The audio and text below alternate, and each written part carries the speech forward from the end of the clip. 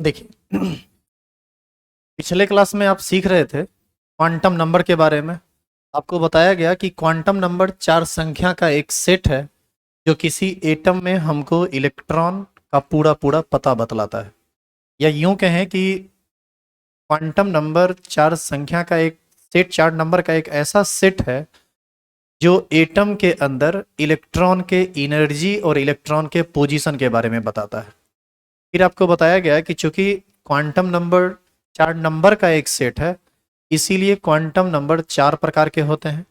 सबसे पहला बोला गया प्रिंसिपल क्वांटम नंबर, दूसरा था एजीमुथल क्वांटम नंबर, तीसरा था मैग्नेटिक क्वांटम नंबर और चौथा था स्पिन क्वांटम नंबर।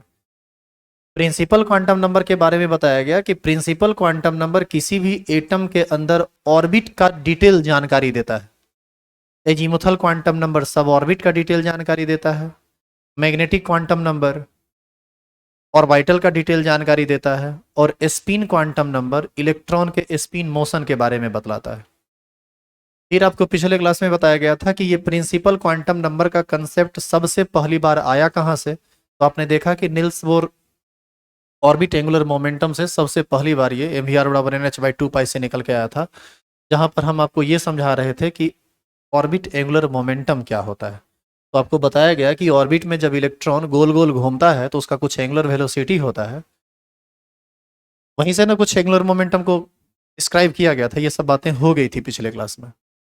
फिर आपको ये बताया जाने लगा कि प्रिंसिपल क्वांटम नंबर हमको किन किन बातों की जानकारी देता है, प्रिंसिपल क्वांटम नंबर हमको क्या बताता है। तो उसमें सबसे पहला बताया गया था कि ये बताता है, उसमें आप लिखे हैं it gives atomic number and name of the orbit. इसमें आपको ये बोला गया कि किसी भी एटम में जरूरी नहीं है कि एक ही ऑर्बिट हो, दो ऑर्बिट हो। किसी एटम में अलग अलग ऑर्बिट की संख्या हो सकती है। ऑर्बिट की संख्या किसी एटम में एक भी हो सकता है, दो भी हो सकता है, तीन भी हो सकता है। और ये बताया गया कि अभी तक जितना भी एटम खोजा गया है उसमें मैक्सिमम ऑर्बिट कितना पाया गया है, 7। तो यहाँ पर आपको ये समझाया गया कि किसी एटम में ऑर्बिट की संख्या इनफाइनाइट हो सकती है, लेकिन अभी तक एटम जो खोजा गया है, जिसकी डिस्कवरी हुई है अभी तक, उसमें केवल मतलब उसमें मैक्सिमम कितने ऑर्बिट वाले एटम का खोज किया जा चुका है, 7। तो उसी में आपको बोला गया था कि यदि हम कहीं पर n=1 लिखते हैं तो आप तुरंत समझिए हम फर्स्ट ऑर्बिट की बात कर रहे हैं। n=2 कहें तो ये सेकेंड ऑर्बिट, n3 कहें तो थर्ड ऑर्बिट, और इसी प्रकार आगे बढ़ते चले जाएंगे। और सभी ऑर्बिट का एक नाम रखा गया था। क्या क्या नाम था? KLMNOP, के से स्टार्ट हो गए, आगे जहां तक जाएगा उसको लेके जाना। आप वीडियो देखे थे, पढ़े थे, समझ में आया था? आगे सुनिए। फिर दूसरा बताया गया एजीमुथल क्वांट ये सॉरी प्रिंसिपल क्वांटम नंबर के बारे में। जो दूसरा पॉइंट बताया गया उसमें आपको ये बताया गया कि प्रिंसिपल क्वांटम नंबर हमें बतलाता है कि किसी भी ऑर्बिट में मैक्सिमम कितना इलेक्ट्रॉन रह सकता है। उसमें लिखे थे हम लोग statement, it gives maximum number of electron in n orbit. और maximum number of electron in n orbit का एक फॉर्मूला पढ़े थे, याद कीजिए। वो फॉर्मूला क्या था? 2n²। जहां पर n जो था वह प्रिंसिपल क्वांटम नंबर था। और आप याद कीजिए, इसी चीज को आप पहले कहते थे ऑर्बिट नंबर है। तो आप ऑर्बिट नंबर कह दो या प्रिंसिपल क्वांटम नंबर कह दो, ये बात बराबर है। और वहां पर एक टेबल आपको बोला गया था कि आप पूरा करके लाइएगा। शायद हम 3 को बात उसमें लिखे थे, n=1, 2 और 3 के लिए। 4, 5, 6 वाला, 7 वाला बचा हुआ था। तो हमारे ख्याल से ये टेबल आप पूरा कर चुके होंगे। टेबल जब आप पूरा किए होंगे तो n बराबर जब आप 4 लिए होंगे तो ये नंबर आपको कितना मिला था? 32। और इसका रेंज 0 से 32 आया होगा। n=, जब 5 आप लिए होंगे तो ये आया होगा 50, और ये रेंज आया होगा 0 से 50। n1 लिए थे तो कितना आया था? 2। इसका रेंज था 0 से 2। n=2 जब था तो ये आया था 8। तो पहला सेकेंड ऑर्बिट का जो रेंज हुआ वह था 0 से लेके 8 तक। n=3 यानी थर्ड ऑर्बिट के लिए ये 18 हुआ था, 0 to 18। ये सब वह बात है जो हम कल पढ़ा है, आज का पढ़ा अभी शुरू नहीं हुआ है। n=6, ये 72 आया होगा। इन n=7, 98 आया होगा। ये 0 से 72 का आया होगा और ये 0 से 98 का आया होगा। कल आप याद कीजिए, इसमें हमने आपको रेंज के बारे में बताया था कि रेंज का मतलब क्या होता है। जैसे फर्स्ट ऑर्बिट के इलेक्ट्रॉन का रेंज होता है 0 से लेकर 2 तक। इसका ये मतलब हुआ कि किसी भी एटम के फर्स्ट सेल में मैक्सिमम 2 इलेक्ट्रॉन रह सकता है, लेकिन ये जरूरी नहीं है कि हमेशा 2 इलेक्ट्रॉन रहेगा ही। वहां पर 1 इलेक्ट्रॉन भी 2 इलेक्ट्रॉन रह सकता है, 1 इलेक्ट्रॉन रह सकता है और इलेक्ट्रॉन नहीं भी रह सकता है। तो 0 से लेके 2 का रेंज हुआ। आप याद कीजिए सेकेंड ऑर्बिट का कैपेसिटी मैक्सिमम कैपेसिटी 8 इलेक्ट्रॉन का हुआ था। तो हमने आपको कहा था कि सेकेंड ऑर्बिट का जो इलेक्ट्रॉन रखने का जो रेंज होता है ये होता है 0 to 8। 0 to 8 का मतलब मैक्सिमम 8 रख सकता है, 9 कभी नहीं रखेगा। 9 इलेक्ट्रॉन कभी नहीं रहेंगे सेकेंड सेल में, लेकिन उससे कम रह सकता है। मतलब 8 मैक्सिमम 8 रह सकता है, उससे कम 7 रह सकता है, 6 रह सकता है, 2 रह सकता है, 1 रह सकता है, नहीं रह सकता है, लेकिन 9 कभी भी नहीं रहेगा। अब जैसे हम यदि 6 ऑर्बिट की बात करें, 6 ऑर्बिट का क्या रेंज आपको बताएगा? 72। मतलब छठा में 72 इलेक्ट्रॉन रह सकता है, 72 रह सकता है। लेकिन जरूरी नहीं है कि 72 ही हमेशा रहे, कम भी रह सकता है, लेकिन 72 से ज्यादा कभी भी नहीं रह सकता है। इससे आगे जो आपके मन में आ रहा होगा कि हम तो आज तक कभी 72 इलेक्ट्रॉन देखे ही नहीं किसी ऑर्बिट में, तो इन सब पर काम बाद में होगा। अभी हम बात कर रहे हैं किसी भी ऑर्बिट में मैक्सिमम नंबर ऑफ इलेक्ट्रॉन के बारे में, जो उसकी कैपेसिटी होती है उसके बारे में। तो ये टेबल पूरा हो चुका था। चलिए आज इससे आगे बढ़ते हैं और इसका तीसरा पॉइंट देखते हैं। तो लिखना शुरू कीजिए। तो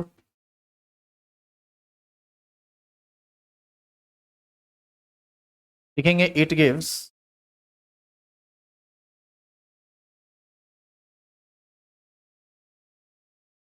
डिस्टेंस ऑफ ऑर्बिट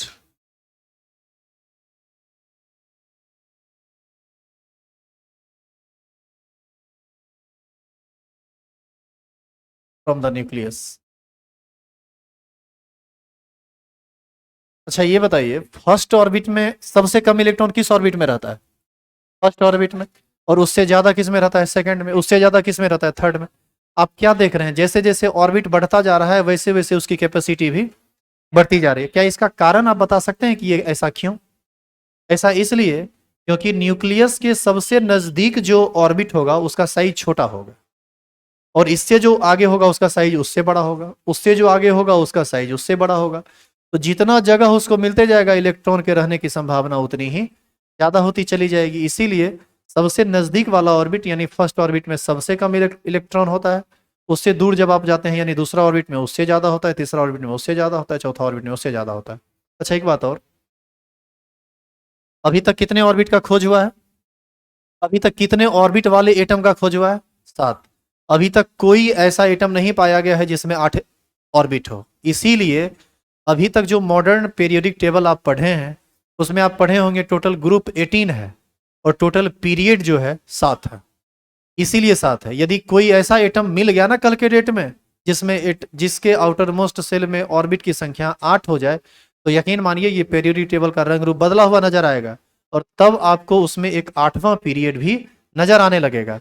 जिस क्योंकि कोई एटम जिस पीरियड का रहता है उसमें ऑर्बिट नंबर उतना ही होता है। तो बताइए 8 ऑर्बिट वाला क्या 8वां पीरियड ही नहीं है तो कहाँ प्लेस करेगा? तो फिर नया तरीके से बनाना पड़ेगा उसको। नया तरीके से क्या बनाएगा? नीचे एक ग्रुप जोड़ देगा, सॉरी नीचे एक पीरियड जोड़ देगा। और तो खैर इस पर हम बाद में देखेंगे। क्या लिखे हैं? It gives distance of orbit from the nucleus. देखिए तो इधर हम यदि न्यूक्लियस की बात करें तो न्यूक्लियस तो किसी भी एटम के बिल्कुल सेंटर में रहता है। न्यूक्लियस में कौन कौन पार्टिकल रहता है? न्यूट्रॉन और प्रोटॉन। न्यूट्रॉन होता है न्यूट्रल, कोई चार्ज नहीं होता है। प्रोटॉन पर होता है पॉजिटिव चार्ज। तो बताइए हम इसको प्लस चार्ज से क्यों दिखा रहे हैं? ये समझ में आ रहा है? क्योंकि उस पर प्रोटॉन ही पॉजिटिव के रूप में है तो पॉजिटिव चार्ज रहता है।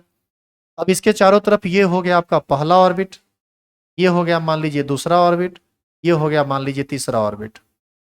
तो ऐसी स्थिति में सबसे कम रेडियस वाला होगा पहला ऑर्बिट, उससे ज्यादा रेडियस किसका होगा? दूसरा का। उससे ज्यादा किसका होगा? तीसरा का। तो जैसे जैसे n का वैल्यू बढ़ता जाएगा निश्चित है कि न्यूक्लियस और ऑर्बिट का डिस्टेंस भी बढ़ता जाएगा। अब इसको लिख लीजिए तो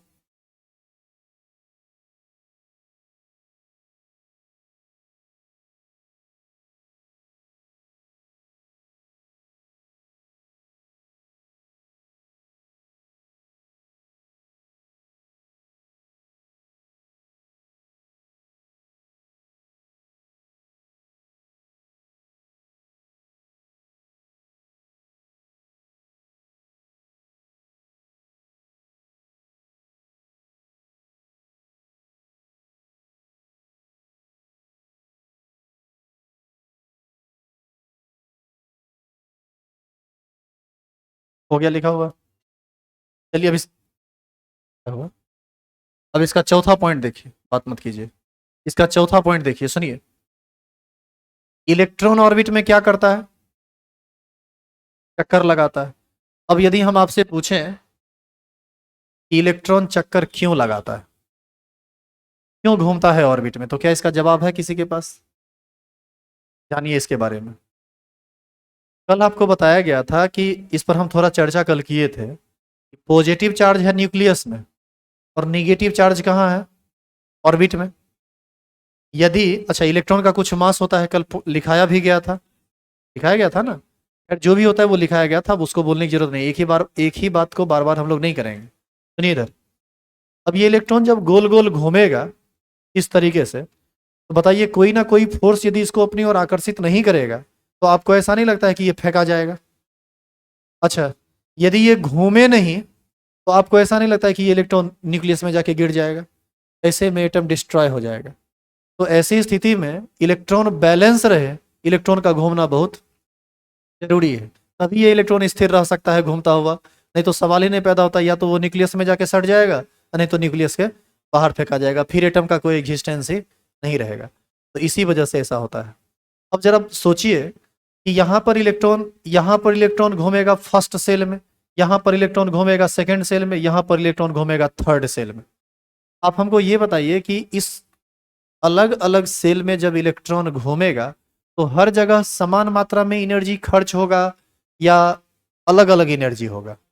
अलग अलग एनर्जी होगा। वो तो सिंपल सा कारण है। आप मान लीजिए यहाँ पर एक सेंटर बना के एक सरकमफ्रेंस खींच दीजिए, वहां पर एक आदमी को दौड़ाइए, कहिए एक चक्कर लगाओ, फिर दूसरा चक्कर थोड़ा दूर में सरकमफ्रेंस खींच के लगवाइए, फिर तीसरा थोड़ा और दूर में लगाइए। बताइए एक चक्कर लगाने में सबसे ज्यादा किसको एनर्जी लगेगा? जो तीसरा में भाग रहा है। क्यों? क्योंकि उसका डिस्टेंस ज्यादा है। तो यहां से ये बात साफ तौर पर स्पष्ट होता है कि अलग अलग ऑर्बिट में रहने वाले इलेक्ट्रॉन की एनर्जी भी अलग अलग होगी। तो बताइए सबसे कम एनर्जी किस किस किस ऑर्बिट में रहने वाले इलेक्ट्रॉन का होगा? फर्स्ट ऑर्बिट में। तो फर्स्ट ऑर्बिट में जो इलेक्ट्रॉन रहता है उसका एनर्जी कम होता है, सेकेंड वाले का उससे ज्यादा होता है, थर्ड वाले का उससे ज्यादा होता है। तो यहां से इस बात को स्पष्ट तौर पर हम कह सकते हैं। चौथा में हम लिखेंगे it gives energy of electron in n orbit, और आगे हम लिखेंगे as the value of principal quantum number increases energy of electron also increases. मतलब प्रिंसिपल क्वांटम नंबर n है तो एनर्जी कम, n यदि 1 से 2 हो गया मतलब प्रिंसिपल क्वांटम नंबर बढ़ गया, यानी हम फर्स्ट ऑर्बिट से सेकंड ऑर्बिट की ना बात कर रहे हैं, तो सेकंड ऑर्बिट का एनर्जी उससे ज्यादा होगा, थर्ड ऑर्बिट का एनर्जी उससे ज्यादा होगा। और ये एनर्जी हम पढ़ ही क्यों रहे हैं? आप जो ये 1s2 2s2 भरते हैं, 1s2 2s2 2p6 3s2, ये सब एनर्जी का खेलबेल है। हम लोग क्या किए हैं अभी तक? हम लोग का मतलब आपकी मैं बात कर रहा हूँ। आप लोग क्या किए हैं? 1s2 2s2 2p6 रट लिए हैं कन्फिग्रेशन। रटना नहीं है, एक चीज को रटना नहीं है, हर चीज को समझना होता है यहाँ। और एक और चीज दिमाग से निकाल दीजिए कि केमिस्ट्री रटने वाला subject, physical chemistry organic chemistry पूर्ण रूप से समझने वाला चीज है।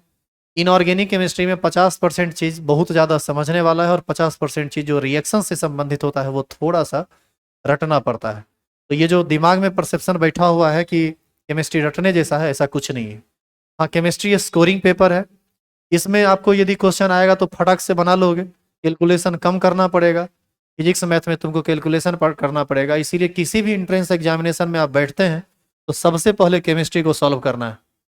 30 क्वेश्चन यदि तुमको दिया गया है और यदि मान लो कि यदि तुमको 20 क्वेश्चन बनने वाला, तुमको लगता है कि 20 क्वेश्चन बन जाएगा, तो यकीन मानो तुम 20 मिनट में बना दोगे। लेकिन फिजिक्स का क्वेश्चन जब छुओगे, मैथ का क्वेश्चन जब छुओगे, तुमको लगेगा कि हाँ 20 क्वेश्चन हमको आता है, तो उसको बनाने में 20 मिनट नहीं लगेगा। हर क्वेश्चन में कम से कम एवरेज 2 से 3 मिनट लगेगा, तो उसमें ज़्यादा टाइम आपको चाहिए होता है। इसीलिए जब किसी भी कोई भी अच्छा पेपर आप देने जाएं जहां पर तीनों पेपर आपको देना सॉल्व करना है, मैथ फिजिक्स केमिस्ट्री, तो आप सबसे पहले किसको सॉल्व करेंगे? केमिस्ट्री को। थोड़ा बेहतर फील करेंगे आप। एक और चीज़ है, जल्दी जल्दी क्वेश्चन बनेगा तो मेंटली भी आप फ्रेश महसूस करेंगे, लगेगा कि नहीं चलो ठीक है, एक सब्जेक्ट का काम खत्म है। तो एग्जाम हॉल में प्रेशर कम रहता है। इसीलिए किसी भी एंट्रेंस को क्रैक करने के लिए केमिस्ट्री का एक अलग लेवल का इंपॉर्टेंस है, और आपको उसी लेवल पर पढ़ाया भी जाएगा ताकि आप आईटी और आईटी मेडिकल या नीट जो भी आप एग्जाम देते हैं उसको आप इजीली क्रैक कर सकें। एक और चीज़ है, रेगुलर क्लास में हम थ्योरी करेंगे। देखिए केमिस्ट्री का सिलेबस बहुत बड़ा है, मैं यदि कंपैरिजन करूं इसका फिजिक्स और मैथमेटिक्स से, तो ये physical chemistry, organic chemistry, inorganic chemistry, ये सब मिलकर केमिस्ट्री को थोड़ा हार्ड कर देता है। हार्ड नहीं, बड़ा कर देता है।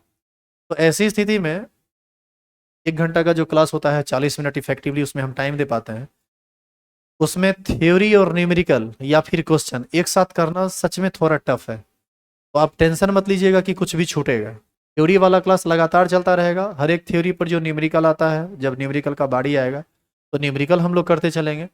और आईआईटी सेक्शन का जितना भी क्वेश्चन होगा या नीट का जितना भी क्वेश्चन होगा, उस सब क्वेश्चन को संडे संडे क्लास को हम लाइव कर देते हैं।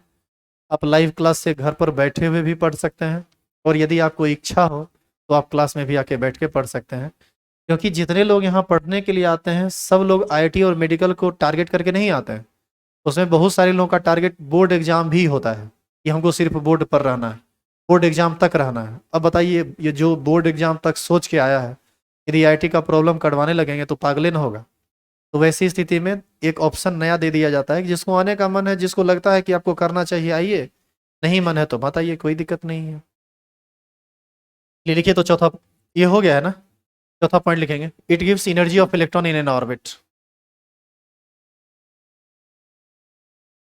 It gives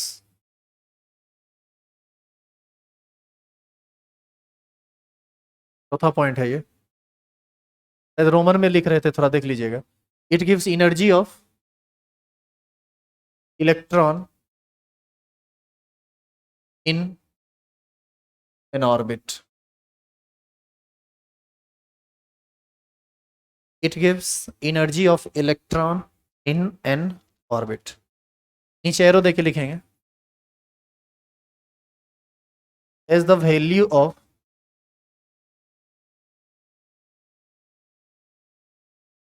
principal quantum number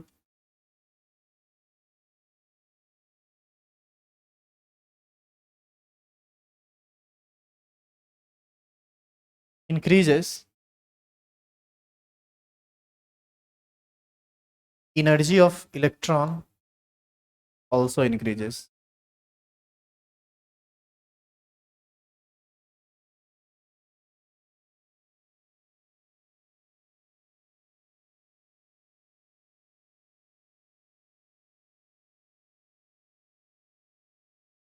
अच्छा बताइए, एक एटम है ए जिसके लिए n का वैल्यू 4 है, और एक एटम है बी जिसके लिए n का वैल्यू 3 है, और ये हम लिखते हैं for last electron.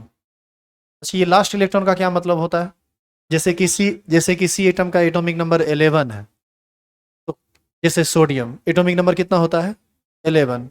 Atomic number के बराबर ही ना इलेक्ट्रॉन होता है।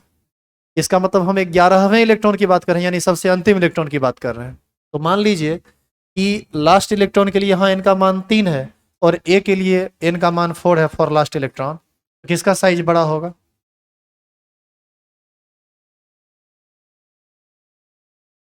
किसका साइज बड़ा होगा? ए का या बी का?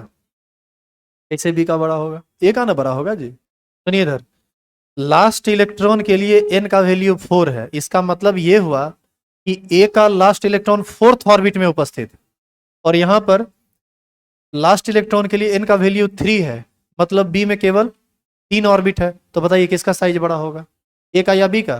तो ऐसी स्थिति में हम कह सकते हैं कि ये जो साइज होगा ए का बड़ा बड़ा होगा। किससे? किससे? लिख लेंगे इसको।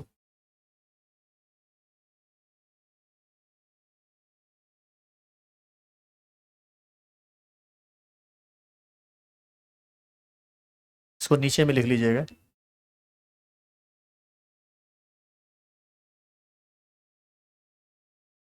ये साइज का order.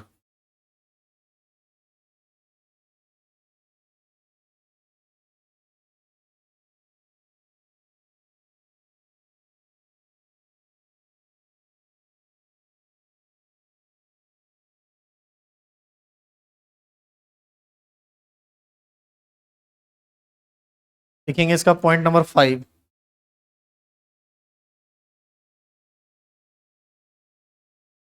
It gives orbit angular momentum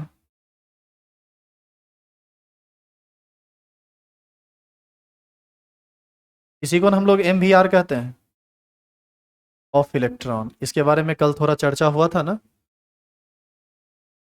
it gives orbit angular momentum of electron in n orbit.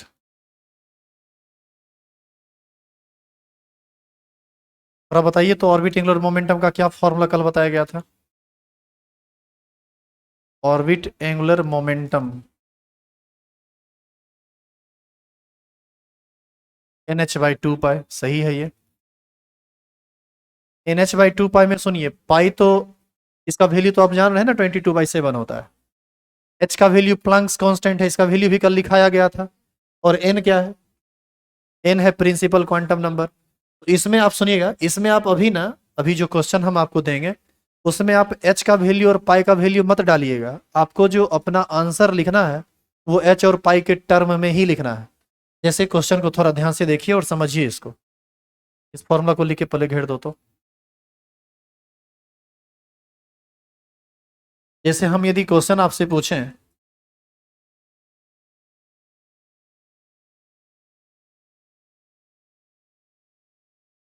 Calculate orbit, अब देखिएगा इस तरह का क्वेश्चन IIT कई बार पूछा है। ऑर्बिट एंगुलर मोमेंटम पूछेगा और वाइटल एंगुलर मोमेंटम पूछेगा। इस तरह का क्वेश्चन आते रहता है। वो सब हम जो जो क्वेश्चन आएगा, जो जो पूछा है IIT में, हम सब करवाते चलेंगे। Calculate orbit angular momentum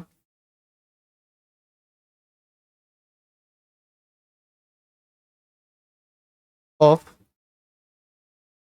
last electron of sodium atom. Question है calculate orbit angular momentum of last electron of sodium atom. यानी क्वेश्चन आपसे कह रहा है कि सोडियम एटम के जो लास्ट इलेक्ट्रॉन है उसके लिए ऑर्बिट एंगुलर मोमेंटम क्या होगा। अब जरा बताइए कि सोडियम का एटॉमिक नंबर कितना होता है। अब मत बनाइए, हम बनाते हैं इसको। इसका कन्फिग्रेशन लिखोगे तो फर्स्ट सेल में 2 इलेक्ट्रॉन, सेकेंड सेल में 8 और थर्ड सेल में 1 इलेक्ट्रॉन होगा। आप ये बताइए कि लास्ट इलेक्ट्रॉन किस सेल में चला गया? थर्ड सेल में। तो क्या हम ये लिख सकते हैं कि इस 2 इलेक्ट्रॉन के लिए n का वैल्यू 1 है, इस 8 इलेक्ट्रॉन के लिए n का वैल्यू 2 है, और इस लास्ट इलेक्ट्रॉन के लिए n का वैल्यू 3 है। अब बताइए कि इसका जो फॉर्मूला होता है ऑर्बिट एंगुलर मोमेंटम का, ये क्या होता है फॉर्मूला? NH/2 पाई। हमने आपको कहा कि कंप्लीट कैलकुलेशन नहीं करना है, H और पाई के टर्म में आप जवाब दे दीजिए। तो आप n का वैल्यू कितना रख देंगे यहाँ? 3। तो इसका सीधा आंसर हम लोग लिख सकते हैं, ये हो जाएगा 3H/2 पाई। यही ना आंसर होगा। ऐसे ही क्वेश्चन ऑब्जेक्टिव ऑब्जेक्टिव आता है। क्वेश्चन ऐसे ही पूछेगा जैसे आपसे कैल्शियम के बारे में पूछ देगा। एक और क्वेश्चन हम आपको देते हैं, थोड़ा बनाइए तो देखते हैं कितना लोग से वो क्वेश्चन बनता है। क्वेश्चन मिटा दे नीचे।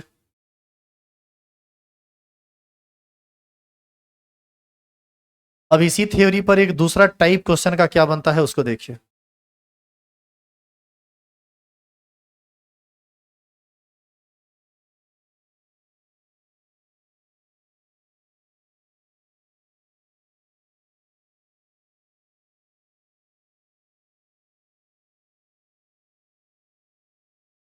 क्वेश्चन लिखें, लिखेंगे।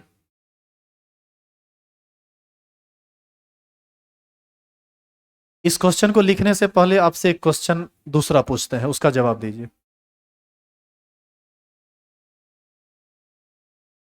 किसी एटम के सेम सेल में, सेल और ऑर्बिट एक ही चीज हुआ, सेल कहें, ऑर्बिट कहें, एनर्जी लेवल कहें, ये सब एक ही चीज होता है। क्वेश्चन को ध्यान से सुनिएगा। किसी एटम के सेम सेल में रहने वाले इलेक्ट्रॉन का ऑर्बिट एंगुलर मोमेंटम डिफरेंट होगा या सेम होगा? आप शायद क्वेश्चन नहीं समझे, फिर से सुनिए, थोड़ा ध्यान से सुनिए।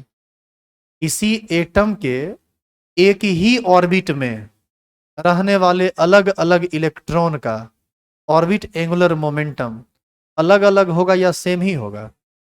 सेम ही होगा। क्यों सेम होगा? हमने कहा कि सेम ऑर्बिट है, सेम ऑर्बिट है तो n का वैल्यू कांस्टेंट हो जाएगा।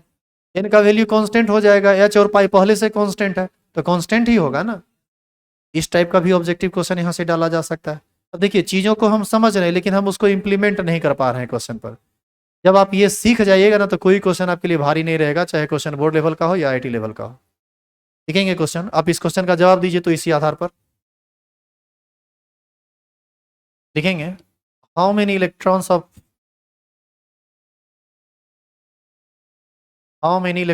Of sulphur atom has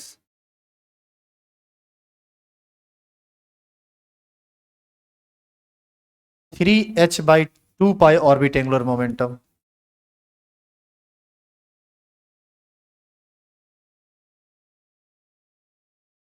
such पूछिए तो ये क्वेश्चन लिख के बनाने वाला है नहीं, ये ऐसे मथा लगाओगे तो बन जाएगा। कितना होगा, अरे लिखने दीजिए सबको।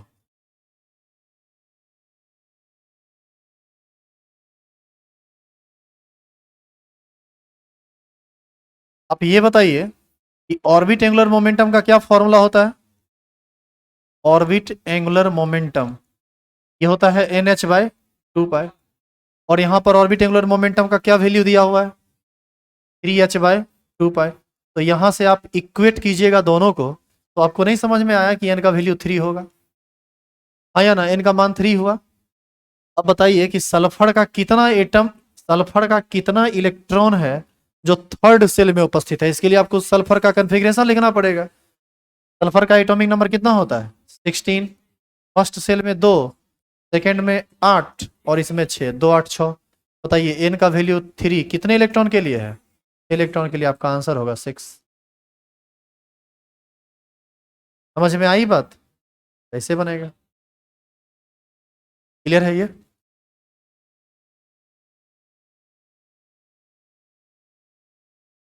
जो भी लोग क्लास छोड़े हैं आप सभी से निवेदन है कि जो डायरेक्शन आपको दिया जाएगा उसको फॉलो करना है आपको, नहीं तो समझ में आना मुश्किल ही नहीं नामुमकिन हो जाएगा।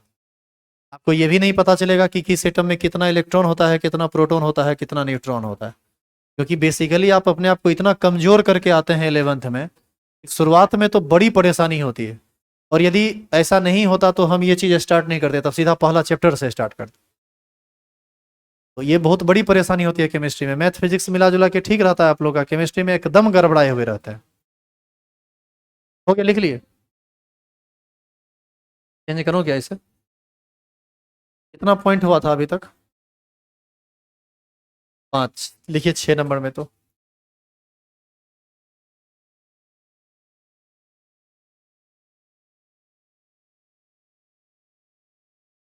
लिखेंगे इट गिव्स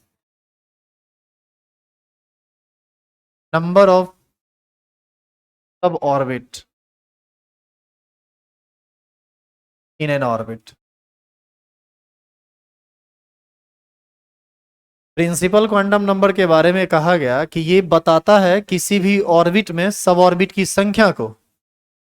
और जानिए यहां से कि number of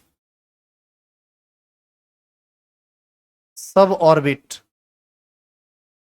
in n orbit, इसका फॉर्मूला होता है n।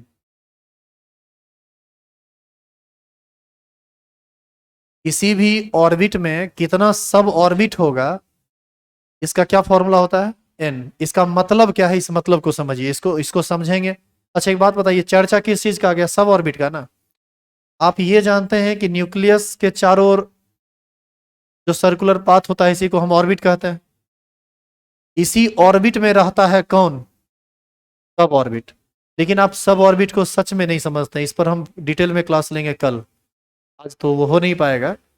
कल आप बहुत डिटेल में समझेंगे सब ऑर्बिट को। आप जो एस सब ऑर्बिट, पी सब ऑर्बिट, डी सब ऑर्बिट, एफ सब ऑर्बिट, ये सब जो आप बोलते हैं वो क्या है, क्या है उसका कंसेप्ट। खाली नाम रट लिए उससे काम नहीं चलेगा, उसको समझना पड़ेगा। लेकिन आप इधर सुनिए, ये है आपका न्यूक्लियस, यही है ना पहला ऑर्बिट, यह है दूसरा, यह है तीसरा। अब बताइए इस ऑर्बिट में कितना सब ऑर्बिट होगा, ये पता कैसे चलेगा। ये ऐसे पता चलेगा कि हम चेक कर लेंगे कि उस ऑर्बिट के लिए इनका वैल्यू क्या है। इनका क्या वैल्यू है 1, तो इसमें केवल एक ही सब ऑर्बिट होगा। ये ऑर्बिट किस नंबर का किस नंबर का ऑर्बिट है ये? सेकेंड नंबर का। तो दूसरा ऑर्बिट है ये। इस ऑर्बिट के लिए एन का वैल्यू यदि 2 है तो निश्चित है कि इसमें 2 सब ऑर्बिट होगा। ये तीसरा ऑर्बिट है तो इसमें 3 सब ऑर्बिट होगा, क्योंकि देखिए लिखा हुआ है number of sub orbit in n orbit is equal to क्या होता है? एन।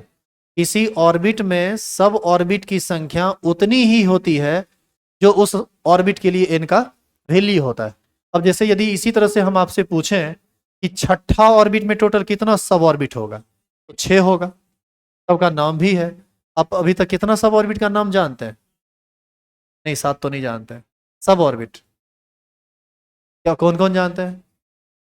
आप जानते हैं एस, पी, डी, एफ। अच्छा, ये एस कहाँ से आया पता है आपको? ये एस का मतलब क्या होता है? इस एस का मतलब होता है शार्प, इसका मतलब होता है प्रिंसिपल, इसका मतलब होता है डिफ्यूज्ड, इसका मतलब होता है फंडामेंटल। इसी तरह से जी होता है कि इसका मतलब होता है जनरलाइज्ड। आगे S P D F G H I बोल दिया गया है, इसका नाम अभी क्लियर नहीं किया गया है, काम इस पर चल रहा है। हम लोग का काम, हालांकि ये इस बात सच है कि हम लोग जिस स्टैंडर्ड पर हैं हमको मात्र 4 सब ऑर्बिट से ही काम चल जाएगा, एस पी डी एफ से ही काम चल जाएगा। लेकिन जानना तो आपको इसके बारे में भी पड़ेगा, और हम बताएंगे, कल ही सब बात होगी। तो कल का क्लास थोड़ा इंपॉर्टेंट होगा। अभी हम इसको रोक रहे हैं चूँकि आपका दिमाग उमाग कहीं गर्म हो जाएगा तो फिर मुश्किल हो जाएगी। सुनिए, तो अभी आपने देखा कि number of sub orbit in n orbit किसके बराबर होता है? एन के बराबर। और ये लास्ट पॉइंट है प्रिंसिपल क्वांटम नंबर का, जो 7वां है। आप इसको लिख लीजिए। सुनिए इधर, इस पर हम ज्यादा काम इसलिए नहीं, क्यों नहीं किया, सुनिए इधर, इस पर हम ज्यादा काम क्यों नहीं किए ये सुन लो। हम अभी कल से बता रहे हैं कि ऑर्बिट के बारे में बताता है principal quantum number, sub orbit के बारे में कौन बताता है? Azimuthal quantum number. अभी हम लोग पढ़ क्या रहे हैं? Principal quantum number. तो ये जो सब ऑर्बिट वाली बात है, ये सिर्फ अभी आप दिमाग में सेट रखिए कि किस ऑर्बिट में कितना सब ऑर्बिट होगा, इससे ज्यादा अभी आपको कुछ नहीं जानना है। हम आगे जैसे जैसे बढ़ते जाएंगे आपको क्लियर करते जाएंगे कि सब ऑर्बिट किसको कहते हैं, वह कैसा होता है, वह क्या होता है, कहाँ रहता है, कितनी संख्या में रहता है, उसका आकार रंग रूप क्या होता है, उसका क्या काम है, वो सब हम आगे समझेंगे।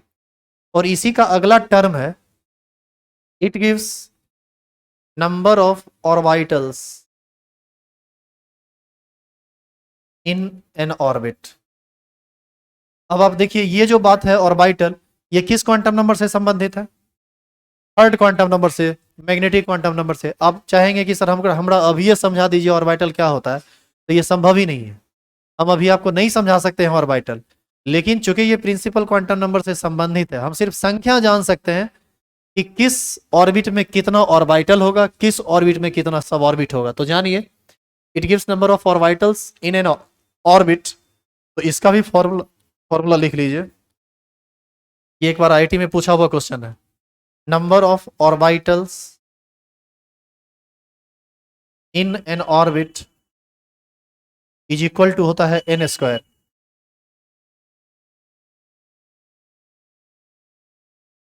किसी भी ऑर्बिटल में, सॉरी, किसी भी ऑर्बिट में, सुनिए इधर, किसी भी ऑर्बिट में कितना ऑर्बिटल होगा, इस बात को बतलाता है कौन? N square. यहां एन क्या है? एन क्या है? Principal quantum number. अब जैसे मान लीजिए कि हम आपको कहते हैं कि चौथा ऑर्बिट में कितना ऑर्बिटल होगा, तो चौथा ऑर्बिट जब हम बोल रहे हैं, इसका मतलब हम एन का वैल्यू कितना बोल रहे हैं? 4। और उसमें कितना ऑर्बिटल होगा, उसका फॉर्मूला होता है एन स्क्वायर। यानी 4 का स्क्वायर करेंगे कितना हो जाएगा? 16। ये बात आपको जब आप मैग्नेटिक क्वांटम नंबर पढ़ रहे होंगे वहां पर हम आपको डिटेल में समझा देंगे कि देखो ये 16 कहाँ से आया था, कैसे आया था। वह नींद ला रहा है तुमको? बढ़िया से बैठो, हाथ ऊपर करके बैठो, रात में ढंग से सोया करो, समझा? क्लास में। अच्छा, एक बात बताइए, थोड़ा आप सब सोचिए, जैसे हम अभी पढ़ा रहे हैं, पढ़ाते पढ़ाते हम खाने लगे, यदि इस तरह का कुछ हो, या फिर बहुत आदमी तो क्या करते हैं, सर को टिका देते हैं वहाँ बेंच पर। अब जरा आप ही सोचिए कि आप बैठे हुए हैं, अब पढ़ाते पढ़ाते हम बोर्ड पर ऐसे करके सो गए, ऐसे करके सो गए, नहीं, पहले आप ये बताइए कि आप कैसा फील कीजिएगा। बड़ा बुरा लगेगा आपको? नहीं, कुछ ज्यादा ही खराब लगने लगेगा। तो जरा सोचिए कि आप हमारे सामने में जो बेंच पर मूड़ी टिका देते हैं, हमको कितना खराब लगता होगा। सोना नहीं है क्लास में। और सबसे बड़ी बात यह है कि क्लास में नींद आ गया, इसका मतलब है कि आपका दिमाग जो है इनएक्टिव मोड में चला गया। अरे आंख आपका बंद हुआ, इसका ये मतलब ही बता रहा है कि आपका दिमाग गया, उस चीज को नहीं कैच कर रहा है। काहे कि जो जो कैच करेगा उसको नींद कैसे आ जाएगा? उसका तो नींद हराम हो जाता है। नहीं हो जाता है हराम। खैर, इसको लिख चुके हैं आप। तो यहां से ये था प्रिंसिपल क्वांटम नंबर। एक क्वांटम नंबर समाप्त हुआ। कल हम दूसरा पढ़ेंगे। लिख लीजिए सब लोग। का नाम है एजीमुथल क्वांटम नंबर।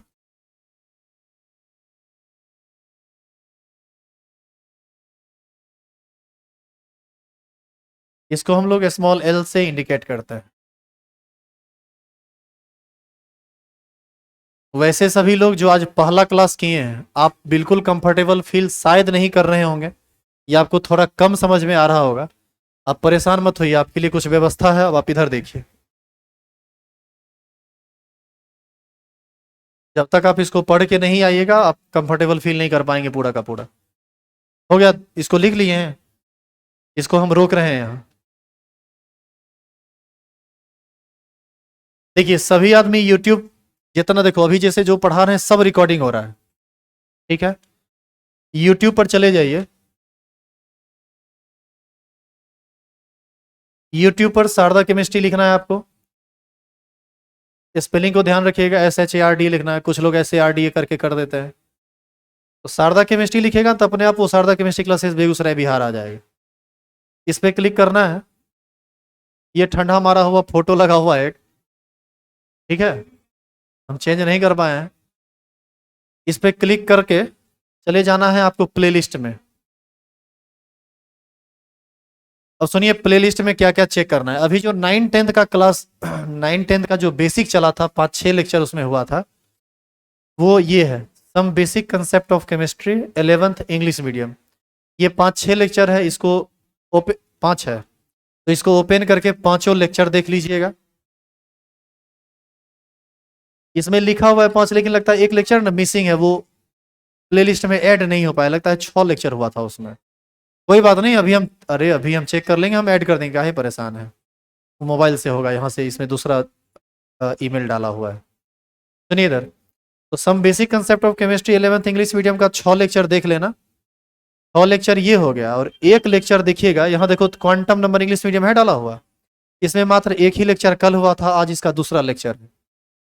तो आप कल जब आप क्लास में आओगे, तो क्वांटम नंबर का पहला लेक्चर और जो दूसरा अभी रिकॉर्ड हुआ है, ये दूसरा अभी तो आप ऑलरेडी क्लास कर ही लिए हैं, बावजूद इसके यदि थोड़ा बहुत दिक्कत हो गया हो तो एक बार फिर से थोड़ा तेजी में उसको देख के निकल जाएंगे। कल जब तीसरा लेक्चर में इसमें बैठेंगे तो आप कंफर्टेबल फील करेंगे।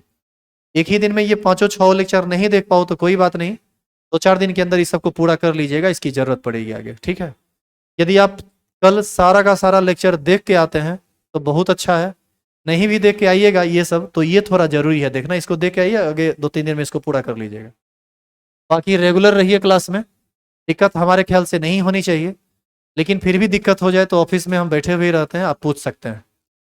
बाकी IT सेक्शन वाला जितना प्रॉब्लम होगा वो सब लाइव क्लास में होगा, और कुछ क्लास में भी होगा। क्लास का जो जनरल न्यूमेरिकल होगा वो क्लास में होगा। आइए कल। अरे सुनो सुनो, 1 मिनट।